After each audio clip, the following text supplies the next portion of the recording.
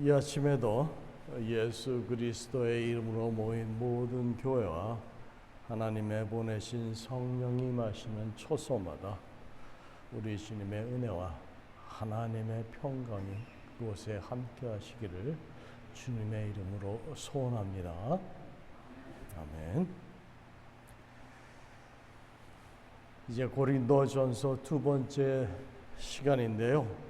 이 고린도전서 8장은 우생에게 바친 제물을 그리스도인들이 어떻게 대해야 하는가.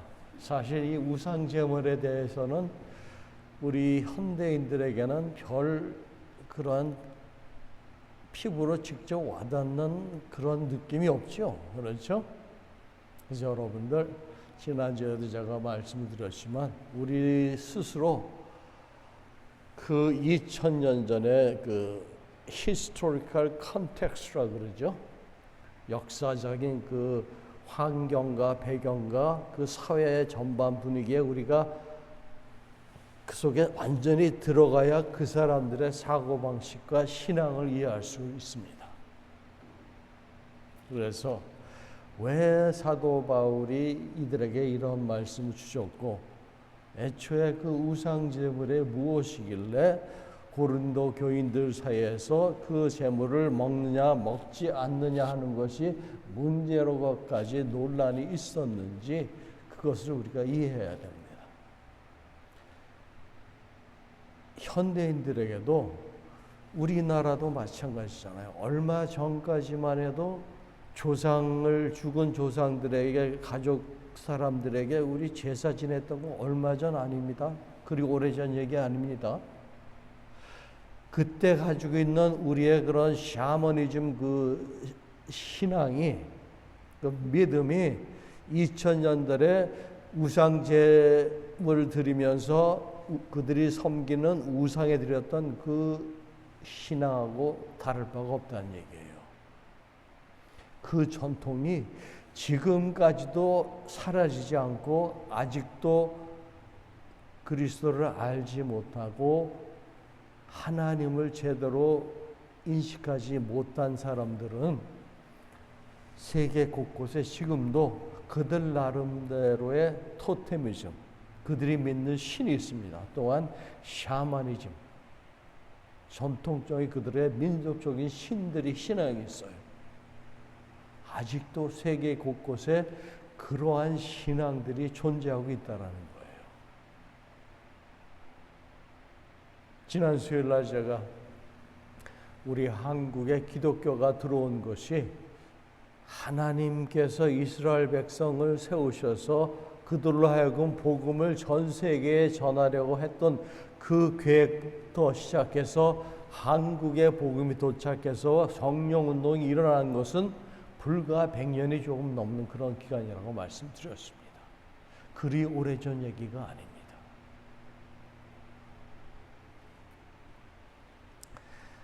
어떻게 서론이 제가 딴 데로 넘어갔네요.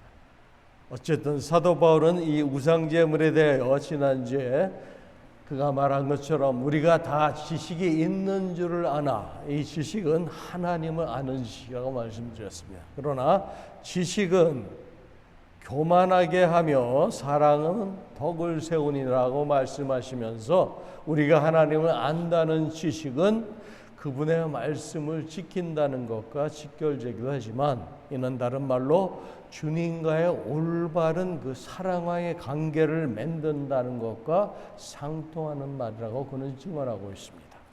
여기서 주님과의 올바른 관계는 사랑을 근거로 한 관계로서 사랑이 없는 지식은 오히려 사람을 교만하게 하나 사랑은 덕을 세운다고 하신 것입니다. 그러나 고린도 교회의 이 지식 있는 자들은 사랑 없는 단편적인 지식만을 가지고 오히려 자신을 오류에 빠지게 하는 죄를 범하고 있습니다. 그들은 지식을 소유하고 있으나 그 지식은 당면한 우상제물에 대한 문제에 적용할 수 있는 마땅한 지식, 곧 사랑을 근거로 하는 그런 지식으로 교회의 덕을 세워주는 그런 지식이 아님을 우리가 알 수 있습니다. 사도 바울은 그래서 사랑과 지식을 비교하여 말씀하시면서 먼저 지식의 불완전함을 언급하여 본장에서 이 지식이 하나님에 관하여 아는 것을 시사하지만 하나님을 안다는 것은 먼저 그분이 어떤 속성을 가지고 있는지를 깨달아야 한다고 말씀을 하셨습니다. 하나님의 속성이 뭐죠? 하나님은 사랑이십니다. 그 속성, 그것을 깨닫지 못한다면 암만 하나님에 대한 많은 지식을 알고 있어도 그 지식은 온전한 지식이 될 수 없다라는 거예요. 그 사랑 안에, 하나님의 사랑 안에 거하지 아니하면 그분을 알 수도 없고 하나님의 말씀도 물론 깨달을 수가 없다라는 겁니다. 우리가 부모의 마음을 모르면 그 부모가 하는 말이 무슨 말인지 이해가 갈 수 않아요. 그렇죠? 여러분들 자라면서 그런 얘기 많이 들으셨을 거예요. 너도 부모 되면은 부모 마음 안다, 그런 얘기 부모님들한테 들어보셨을 거예요. 이제 그 예전에 우리 부모님들이 우리에게 해주셨던 그 말이 조금씩 깨닫기 시작할 그 나이 되면은 우리는 이 세상을 떠나게 됩니다. 인간의 삶이라는 것이 한정되어 있어요. 하나님께서는 그걸 누구보다 더 잘 알고 계십니다. 우리가 어떠한 상황에 있든지 간에 우리를 자녀 삼으시고 우리가 아바 아버지로 부를 수 있는 그 하나님을 진정 아버지로 여러분들이 매일같이 그분을 아버지를 대하는 것처럼 대하는지 한번 여러분 생각해 보세요. 제가 어제 저녁에 잠깐 시간을 내서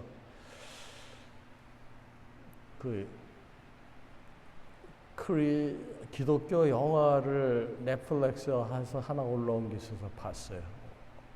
Only I Can Imagine이라는 타이틀이었는데 그 크리스천 그 가스펠 그 송에서 거의 3년 동안인가 탑 차트에 일렀던 곡인데 그 곡을 쓴 사람이 자기가 어렸을 때 아버지한테 그 학대를 받으면서 자랐었어요. 그러니까 그 상처가 리트리트 가가지고 어떤 이제 그 소녀를 알게 됐는데 그 소녀를 통해서 이제 일기를 쓰는 방법을 배웠습니다. 그 일기를 쓰면서 자신의 마음을 그 일기장에 글로 쓰고 그림으로 그려놨는데 그 그림에 나타나는 몬스터가 아버지의 모습이 그대로 그 일기장에 괴물로 표현이 됐어요.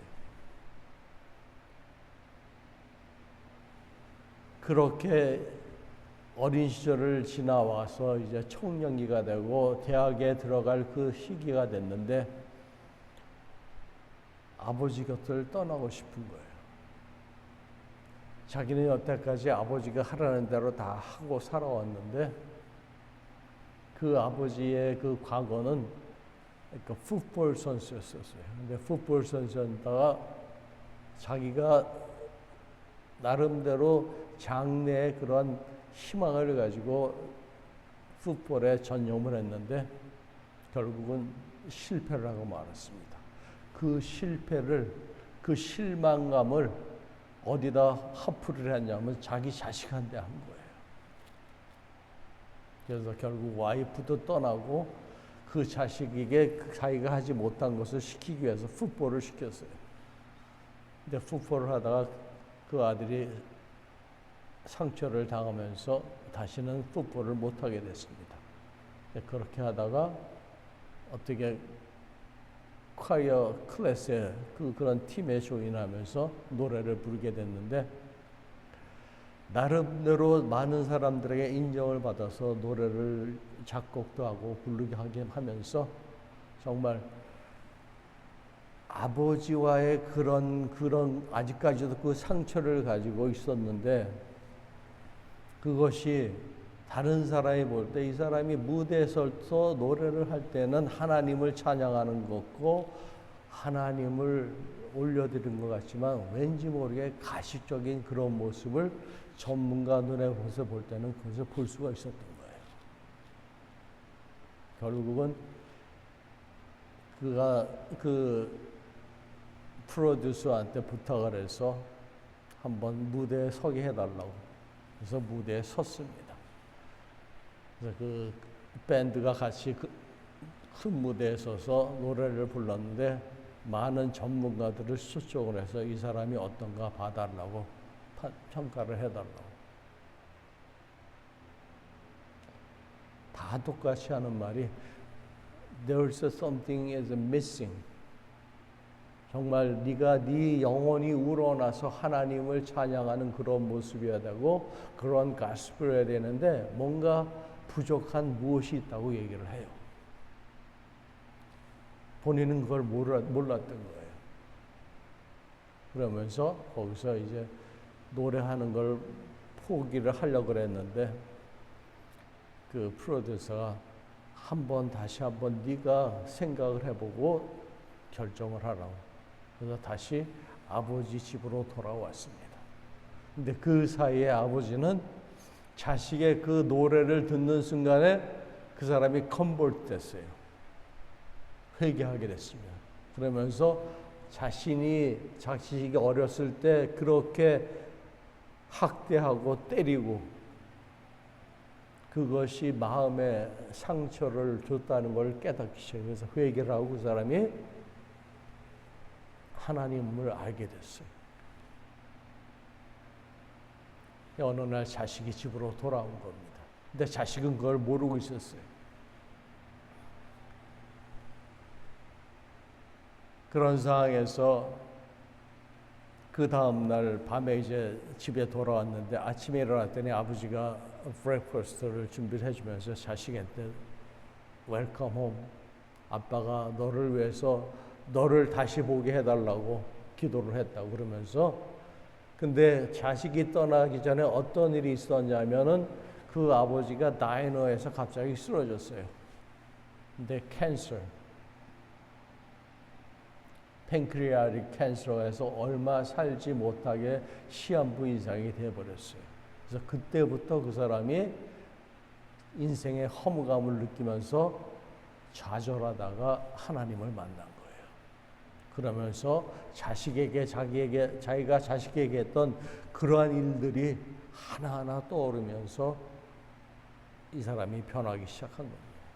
그런데 자식은 그거를 모르고 그런 과정을 모르다가 아침에 일어났는데 아버지가 변해 있으니까 처음에는 가식적으로 그게 느껴져서 이게 뭐 하는 거냐고 그러면서 아버지는 자식한테 좋은 얘기로 그동안에 하지 못했던 거 같이 아들하고 하고 싶은 그런 일들을 하자고 얘기를 해요. 그랬더니 자식이 그 예전에 가지고 있던 그 화가 그 앞에 확 터진 거예요. 그래서 집을 뛰쳐나가서 차를 타고 가려는데 차 키를 찾다가 아버지의 그 진단서를 보게 됩니다.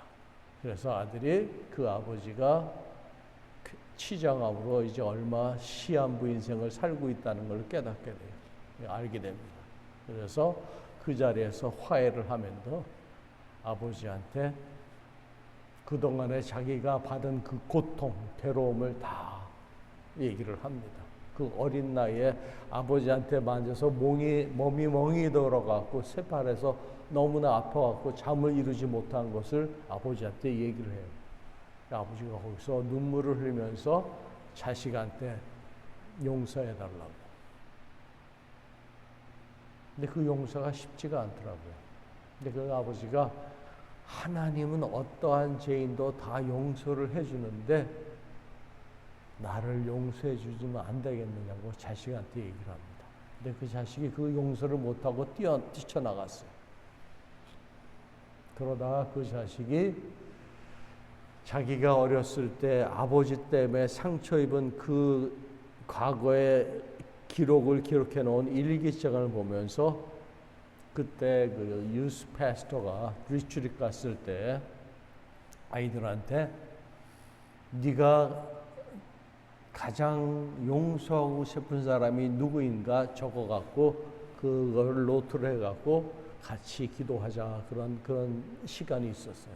근데 그때 가장 내가 먼저 용서할 사람이 누군가 했을 때 그 이름이 칸이 비워져 있었는데 그 칸에다가 데디 아버지라고 이름을 쓰면서 그걸 쓴 것을 아버지한테 가져와서 보여줘요.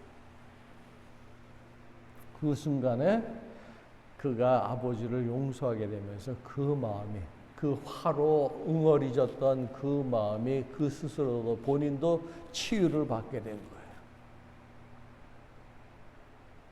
그러면서 그 아버지도 용서를 받으면서 하나님을 믿게 되고 아들을 위해서 기도할 수 있고 또 아들의 그 노래를 통해서 하나님이 살아계심을 깨닫게 됩니다.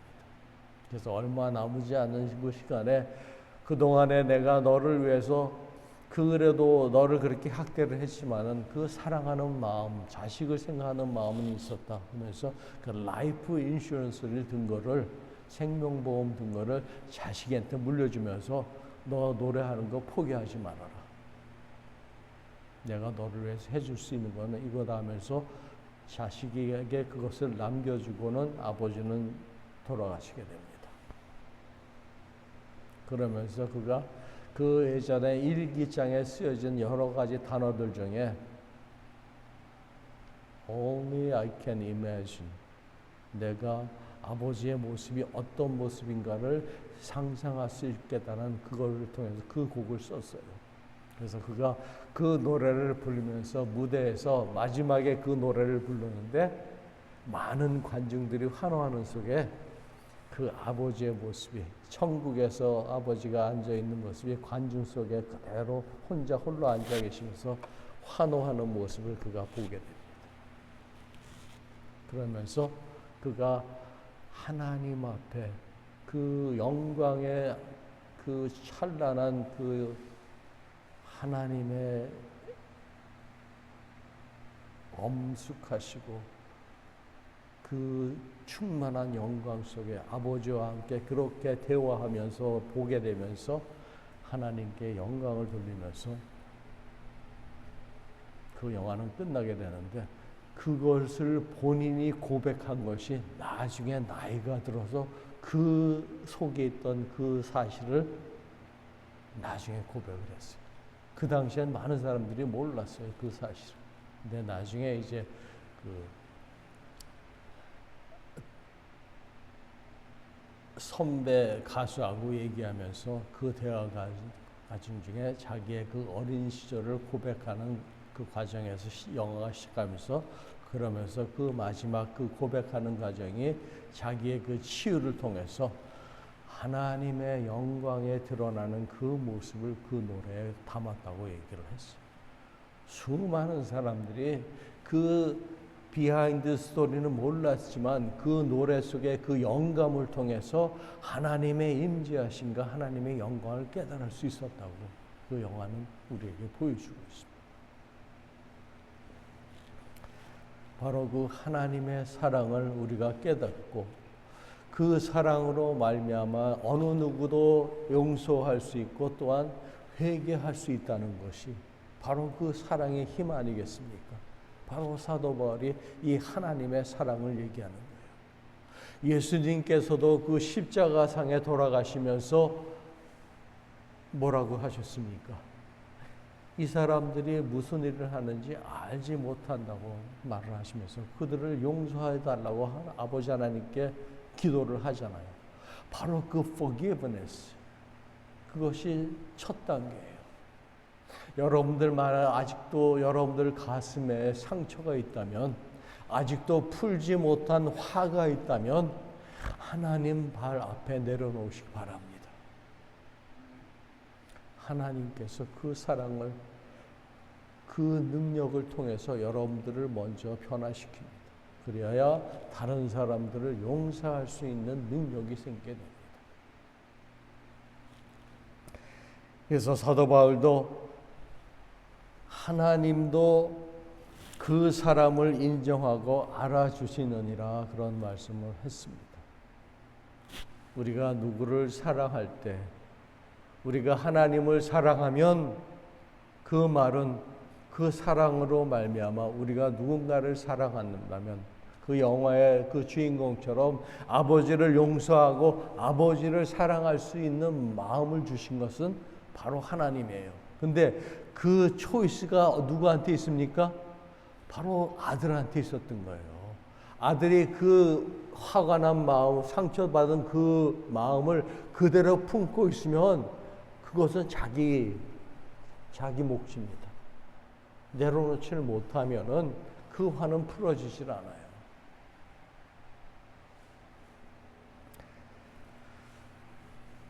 그래서 이 사도 바울의 말처럼 고린도 교회에 스스로 지식이 있다 하는 사람들은 그 지식이라는 것이 뭡니까? 하나님을 아는 것이지만 하나님을 온전히 알지 못했다라는 거예요.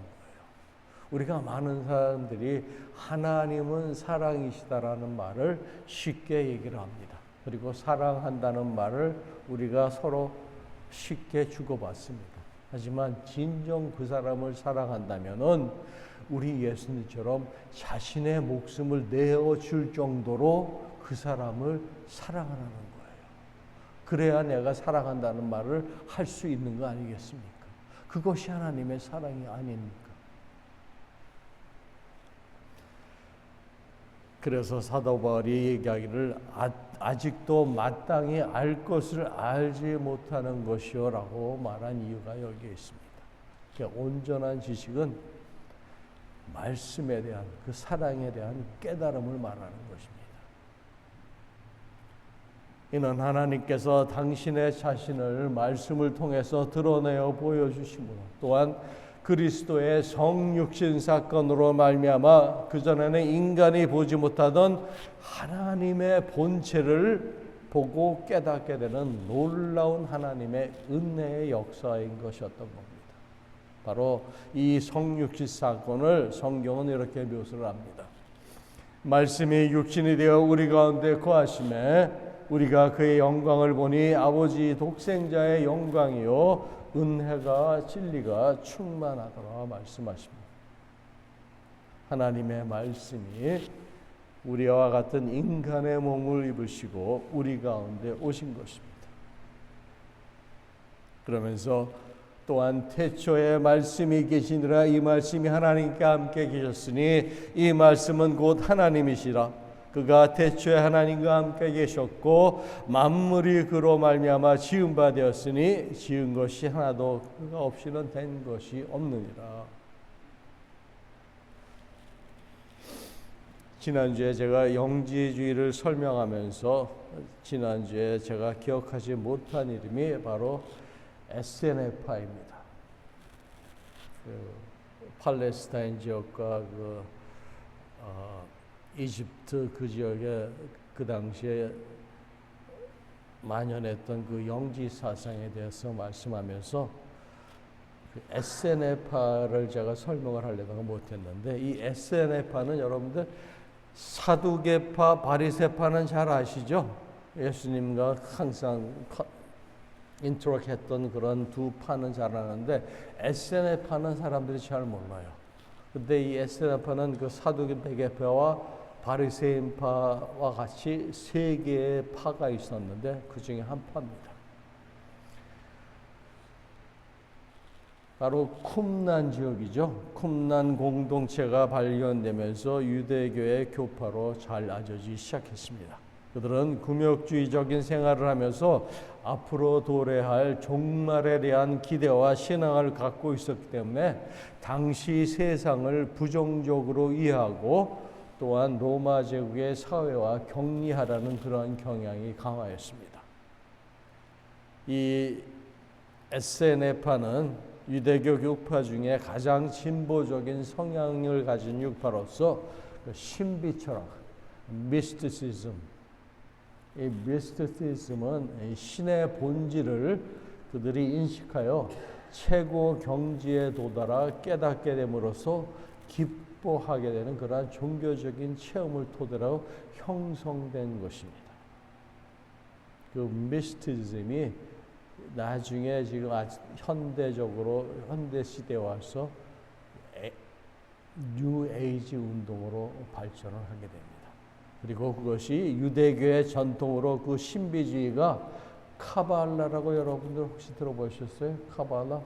카발라로 발전을 하게 됩니다. 이 카발라는 원래 구전 토라 아시죠? 그 토라의 신비가 곧 입에서 입으로 정승된 그들의 그 토라 속에 비밀스러운 지혜와 믿음을 가리키는 거예요. 그 말은 무엇인가 하면 유대인들은 하나님의 말씀을 무척이나 중요하게 여겼습니다. 그래서 십계명에 새겨진 돌판을 그들이 마치 하나의 그 하나님의 증거물로 가지고 있는 것처럼 하나님의 말씀, 그 말씀 속에 신비와 믿음과 지식. 조금 전에 내가 요한복음 말씀 읽어드렸잖아요. 말씀이 육신이 되어 이 땅에 오신 바로 그분이 예수 그리스도시고 말씀이 하나님과 계시고 하나님이 그 말씀이라고 그랬잖아요. 그 사상이 바로 요한복음에 깊이 묻어져 있습니다. 미스티즘. 사복음서 중에서 요한복음이 가장 그 색채가 강합니다. 이 신비한 철학적인 경향을 가진 이들 역시 그 에스네파를 지금 말씀을 드리는 거예요. 그들 역시 헬라 철학의 영향을 받아서 기원전 2세기 말료부터 형성된 것으로 추정을 하는데 사두개파로 인해 제사장의 지위를 획득하지 못한 진보적 레위인들의 후손들로 구성된 것으로 추정을 합니다. 이들은 사두개파와 바리새파의 활동과 그들의 토라 해석이 불완전하다고 그들은 여겼습니다. 그래서 사두개파가 성전을 장악하기 시작한 기원전 3세기와 바리새파를 중심으로 하는 기존 성전 중심의 그 유대 종교에서 벗어나서 진보적이고 분리주의적인 그러한 입장을 취해야 됐습니다. 그래서 그들이 속세를 떠나서 바로 동굴로 좀 더 하나님과 가까이 그러한 관계를 가지기 위해서 스스로 set apart. 예루살렘 성전은 이미 더 이상 스스로 성전 자체 내에서 자정 능력을 상실했다고 그들은 믿었습니다. 바로 그 공동체의 대표적인 인물이 바로 세례 요한이에요. 그 세례 요한과 예수님의 관계가 어떠한 관계인지 여러분들 아시잖아요. 혈육적으로도 사촌 관계지만 예수님의 그 설교와 예수님의 그 사상 뒤에는 바로 에스네파의 사상, 그들의 가지고 있던 그 사상이 많이 포함되어 있습니다. 현대 고고학 연구 결과 이 쿰란의 에스네파의 주요 공동체가 있었던 것으로 여겨졌고 그것이 1947년에 쿰란 부근에서 그 엄청난 물량의 그 기록물들이 발견이 됐습니다.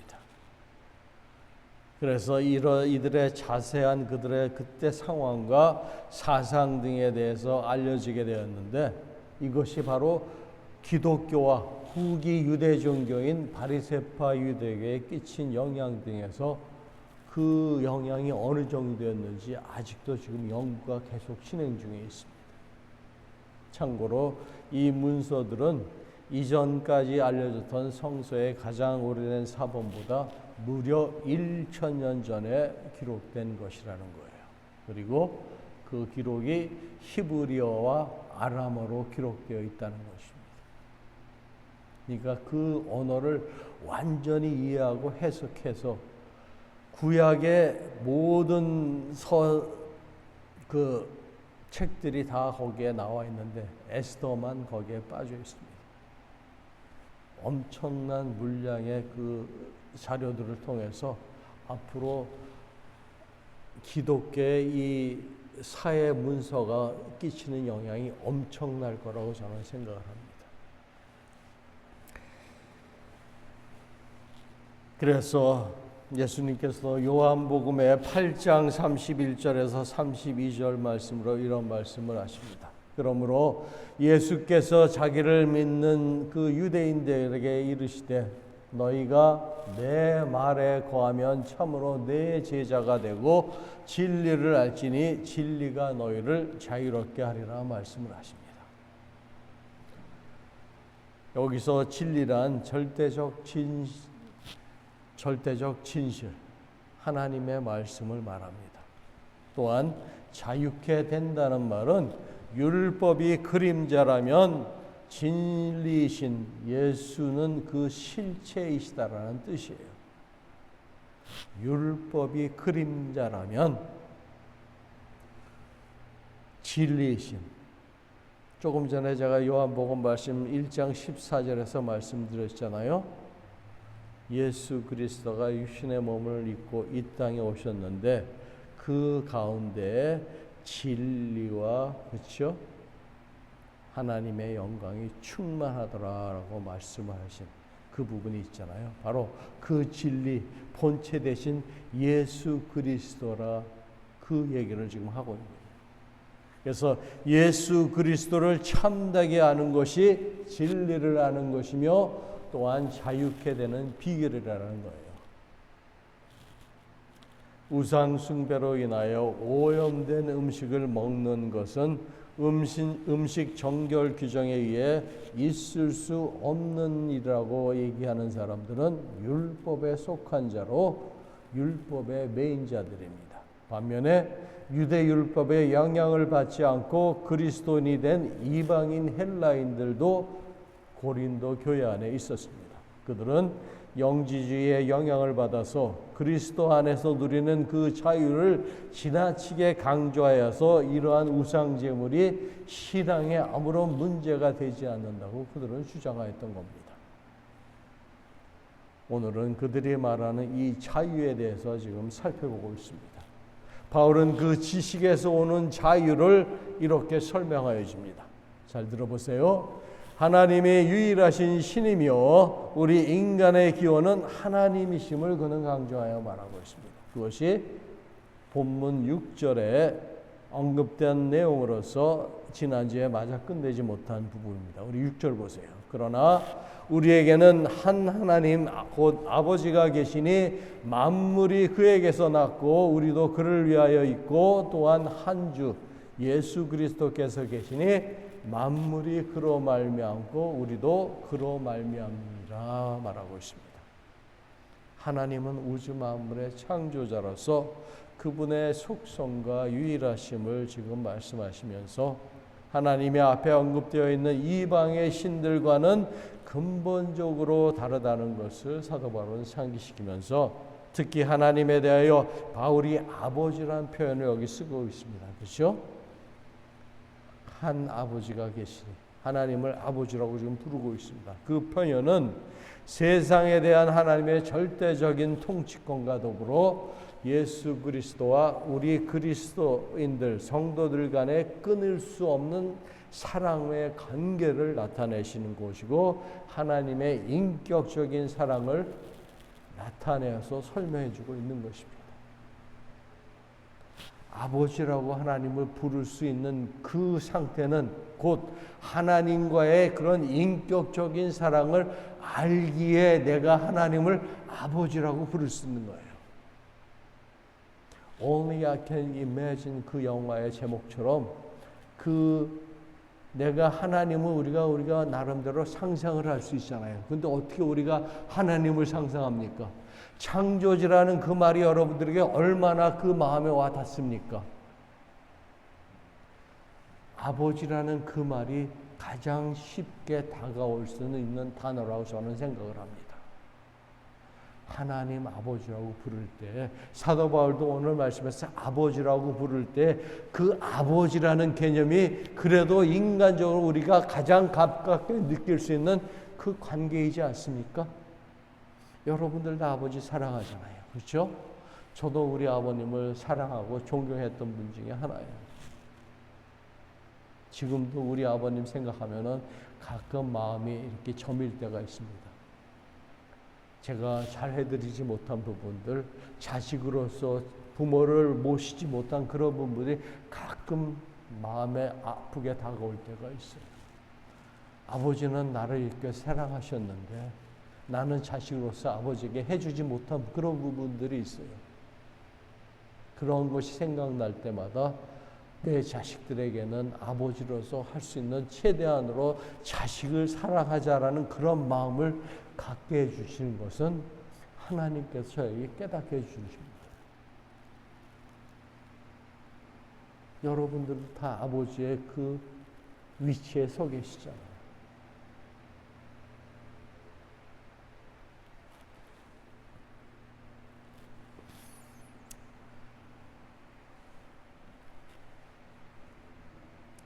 결론적으로 사도 바울은 창조주 하나님도 한 분이시고 구세주의 예수 그리스도도 한 분이시라는 그 지식, 곧 모든 피조물을 하나님께서 창조하셨고 죄로 물들었던 모든 피조물이 다 예수 그리스도 한 분만으로 새로워졌으니 우상에게 바쳐진 고기들도 모두 한 창조주 하나님 그리고 한 주 예수 그리스도께 속해 있다는 것입니다.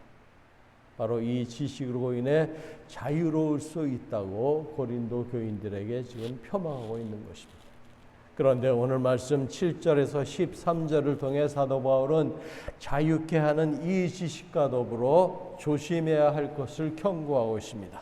7절 말씀 보세요. 그러나 이 지식은 모든 사람에게 있는 것은 아니므로 어떤 이들은 지금까지 우상에 대한 습관이 있어 우상의 제물로 알고 먹는 거로 그들의 양심이 약하여지고 더러워지니라 말하고 있습니다. 이 지식은 사람마다 가지지 못하고 있다고 말합니다. 여기서 바울이 언급한 이 지식은 우상이나 거짓 신들의 존재에 바로 제사 드리는 것이 허망한 것들이라고 인식할 수 있는, 그것을 인지할 수 있는 지식을 가리킵니다.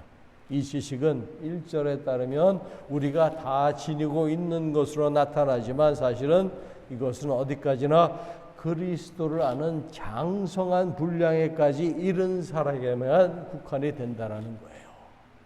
바로 온전한 지식을 말하는 거예요. 따라서 이러한 지식은 고린도 교회 내에서조차도 보편적인 지식이 아님을 알 수 있습니다.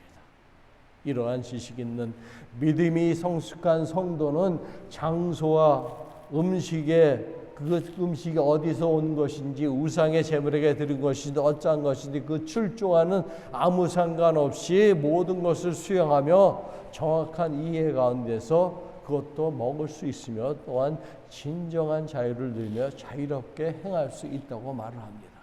하지만 믿음이 약한 자는 우상의 제물을 나누는 집에 가서 음식 먹는 것을 그 우상과 교제하면서 그 우상을 경배하는 것으로 생각할 수 있다라는 거예요.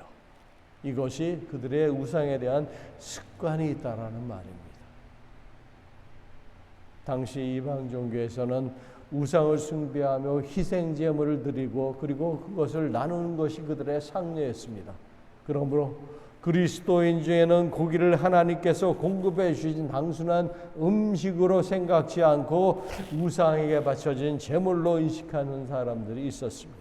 이러한 사람들은 우상에 대한 그 습관이 있어서 우상이나 우상 제물이 어떤 마법적인 효과를 가지고 있다는 거짓 신앙에서 벗어나지 못한 헬라 사람들이 그랬다라는 거예요.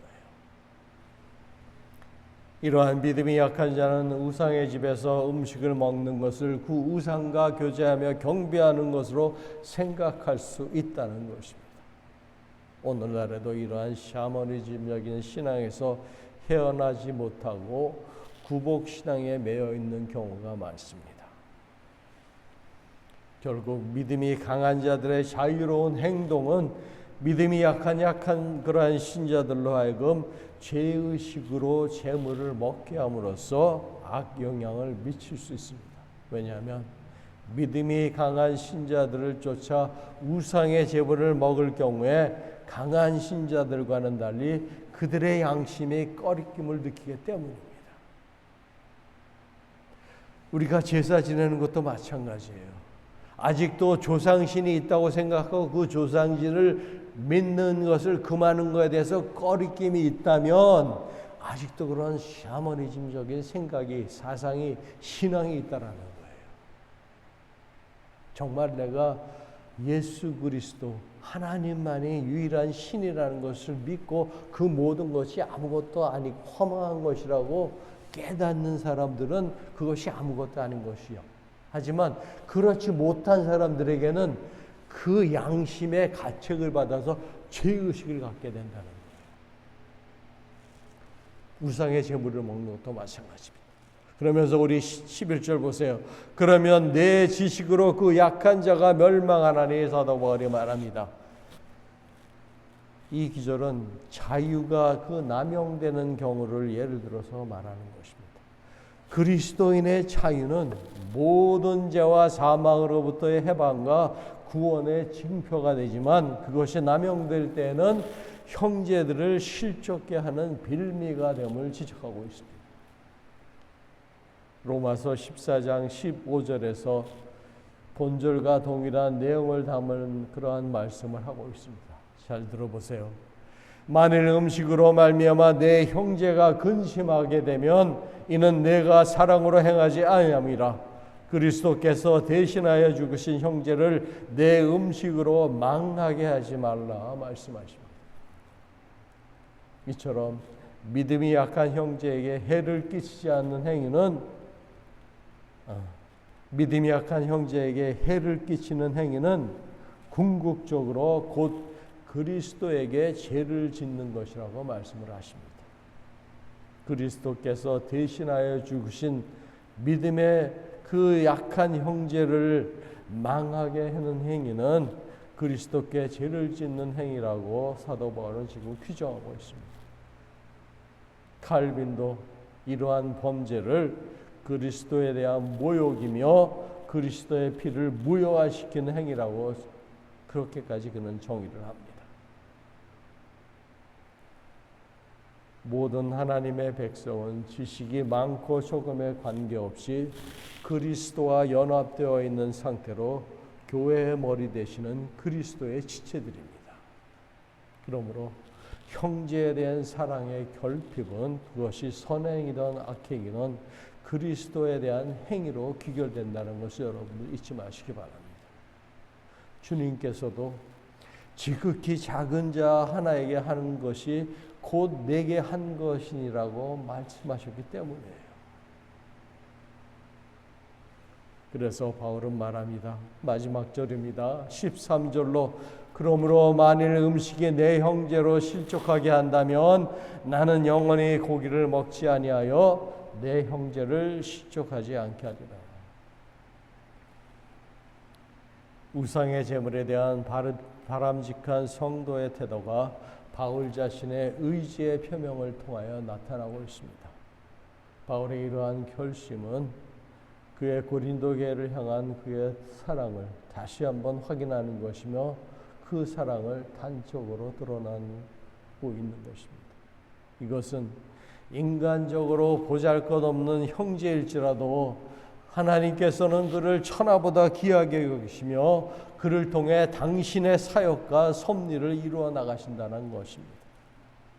이처럼 형제로 하여금 그릇된 판단을 하게 하지 않는 그리스도인으로서 성숙하고 영속적인 믿음의 생활 원칙을 그들에게 밝히 제시하고 있습니다. 모든 피조물들이 창조주 하나님과 예수 그리스도에게 속하였으므로 자유롭게 우상의 고기를 먹어도 되나 이 지식을 모르는 사람들도 있음을 인식하라는 것입니다. 그들이 약한 양심으로 말미암아 이러한 지식을 알고 자유롭게 먹는 그리스도인들로 인해 실족하게 하지 말아야 한다고 오늘 권면의 말씀을 주신 것입니다. 왜 그리스도인들이 사회에서 욕을 먹으며 지탄을 받으며 손가락질을 받습니까? 자신들이 알고 있는 그 지식으로 다른 사람들을 구원하고 다른 사람들에게 은혜를 끼쳐야 되는데 오히려 그 지식으로 말미암아 다른 사람들에게 판단을 받고 비판을 받으며 믿는 자가 이렇다고 손가락질 받을 때 우리가 갖고 있는 믿음은 온전한 지식이 못 된다라는 거예요.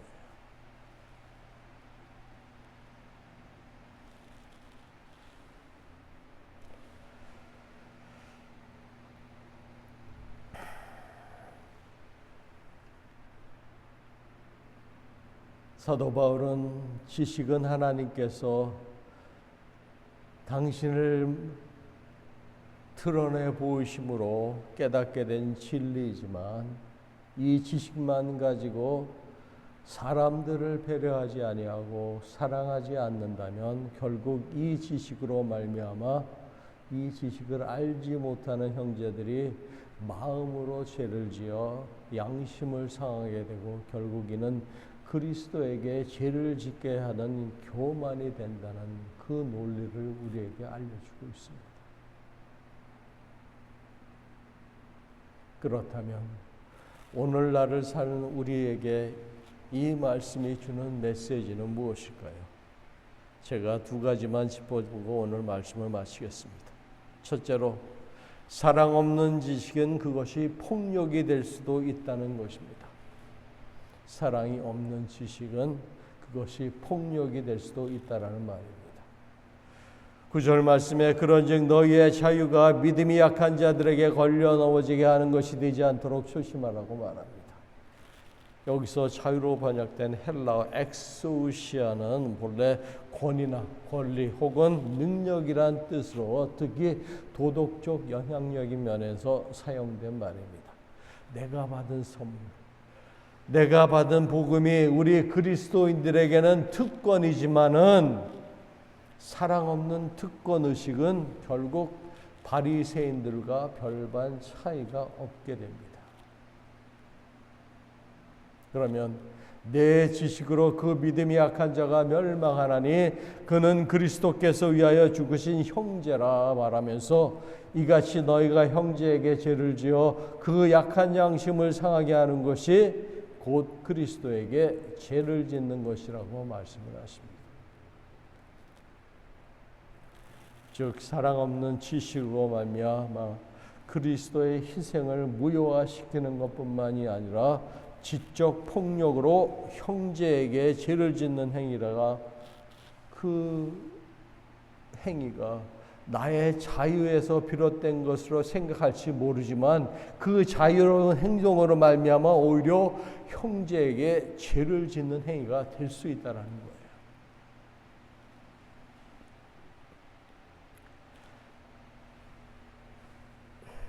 제가 미국의 그리스도인들, 크리스찬들이 상당히 미국인들이 그렇잖아요. 자기 자신을 나타내잖아요. 그렇죠? 무슨 발표를 하거나 자기 주장을 얘기할 때 자신 있게 합니다. 반면에 동양인들은 그렇지 못하죠. 좀 알아도 겸손하고 알아도 모르는 척 하잖아요. 그러니까 동양적인 그 사고방식과 서양적인 사고방식이 틀린 거예요. 근데 기독교는 그 기독교를 유럽에서 그들이 기독화하면서 그들의 사고방식을 그 정신 사상을 그 기독교에 많이 심었어요. 그러니까 미국 기독교가 그런 면에서는 어떤 면에서는 너무나 이게 프라우드하다 그러나요? 우리가 하나님을 알면 알수록 정말 하나님 앞에 고개를 숙이고 다른 사람들 앞에 겸손해져야 되는데 성경은 그거를 가르치는데 미국식의 그 기독교 사상은 그렇게 안 해요. 프라이즈로 나타내고 자랑하고 그것을 증거하라고.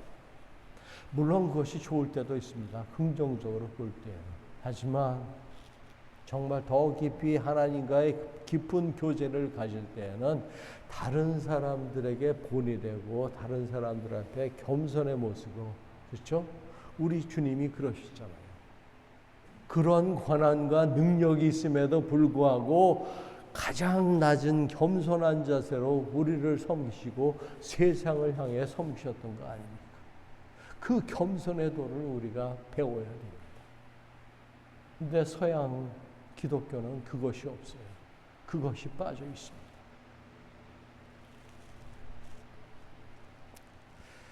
둘째로 그리스도인의 향과 멋은 절제의 미에서부터 시작된다는 말입니다. 고린도전서 8장 9절과 9장 19절 말씀을 보면 그런즉 너희의 자유가 믿음이 약한 자들에게 걸려 넘어지게 하는 것이 되지 않도록 조심하라고 말씀하셨고, 내가 모든 사람에게서 자유로우나 스스로 모든 사람에게 종이 된 것은 더 많은 사람을 얻고자 함이라고 사도 바울은 말하고 있습니다. 사랑하는 성도 여러분, 사도 바울은 절제하는 미를 통해 더 많은 이들을 그리스도의 품으로 인도할 수 있다고 지금 우리들에게 가르쳐주고 있습니다. 하나님께서 베풀어 주신 물질과 시간을 포함한 모든 것에 우리들에게 부여져진 그것을 통해서 또한 절제함을 통해 그리스도인의 멋과 향이 드러나야 합니다. 그리스도의 향기를 품어서 그 향기를 다른 사람들에게 낼 수 있는 사람들이 되어야 합니다. 이는 믿지 않는 이들을 향한 배려이며 그리스도인들의 매력인 것입니다. 우리 주님의 희생적 사랑은 자발적인 희생이었으며 또한 하나님 아버지에 대한 순종이었습니다. 그 십자가에서 보여주신 희생과 사랑으로 말미암아 예수 그리스도 안에 있는 우리 모두는 참된 자유를 얻었습니다. 그러나 그 자유가 우리에게 주어진 권세라 생각하여 모든 것이 가하다 하며 교회 공동체의 이익과 덕을 생각하지 않는다면 이는 사랑 없이 자만만 있고 교시식만 있는 교만한 자가 됨을 잊지 마시기 바랍니다. 진정 그리스도를 아는 온전한 지식으로 오히려 낮은 그러한 자리로 나아가서 겸손한 마음으로 봉사하시고 섬기는 그러한 사랑의 실천을 통해서 자기 희생과 순종의 삶으로 그리스도를 닮아가는 여러분들이 되시기를 주님의 이름으로 축원합니다. 기도하시겠습니다. 하나님 아버지, 사랑 없는 지식으로 교회에 덕이 되지 못하고 오히려 주위에 있는 사람들을 판단만 하며 살아가지는 않았는지 되돌아보아 회개하는 마음을 갖게 하여 주시옵소서. 오늘 주신 말씀을 기억하면서 믿음이 약한 자들을 돌아보아 보살피게 하시며 주님의 사랑을 삶 속에서 실천하며 살아감으로써 진정 우리가 믿고 의지하는 하나님이 살아계신가, 또한 우리를 사랑하고 계심을 드러내는 믿음의 도구들로 저희들을 사용하여 주시옵소서. 모든 것 주님께 의지하며 예수님의 이름으로 간절히 기도드리옵나이다. 아멘.